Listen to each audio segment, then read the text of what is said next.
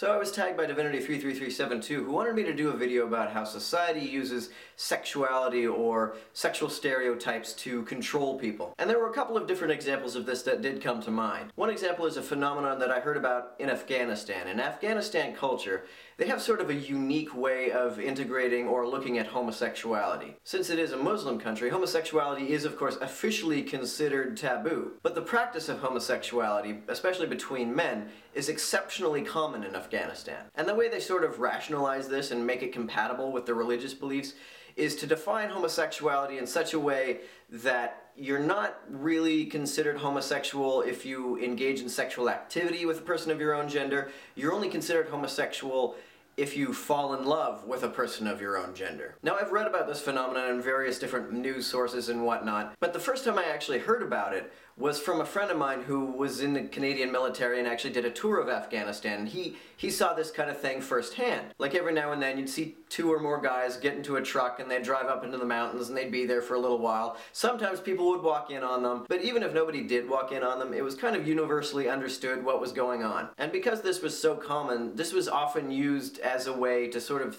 smear political and commercial opponents. If you had a political rival or you were a business guy, someone with a lot of influence in Afghanistan, and you had a business rival, what you could do is you could say, oh, that guy's a homosexual, he's in love with so-and-so, I saw them get in a truck and go up into the mountains. And because this is something that just about everybody did, if you were in a position of power, you could level this accusation quite credibly against just about anybody. And Divinity seemed to be interested in the phenomenon of slut-shaming, so I guess that's sort of an example where slut-shaming is used against males. The only Western example of slut-shaming I can think of against males is in the political arena. Now, politics is one of the very few places where you see slut-shaming against males because in politics, especially when it comes to very high offices, people are expected to be almost eunuch-like. It seems like in American politics you have to live this sort of hyper-puritanical life in order to get elected into a higher office. The most prominent example of slut-shaming against a male politician, of course, is Bill Clinton. Now, in his case, it was actually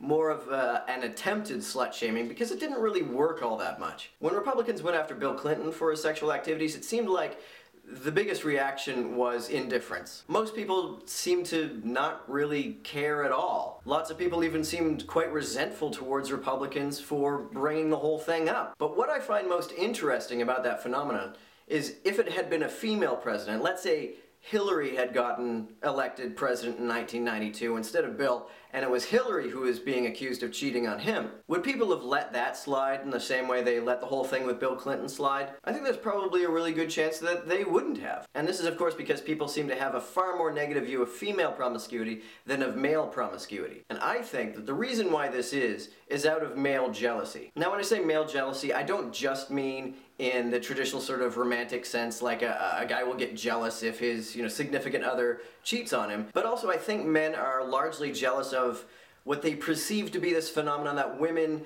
can get sex more easily than men can. Like how an average looking girl can sometimes walk into a bar and say, okay, I want to have sex with you, and you, come on, let's go.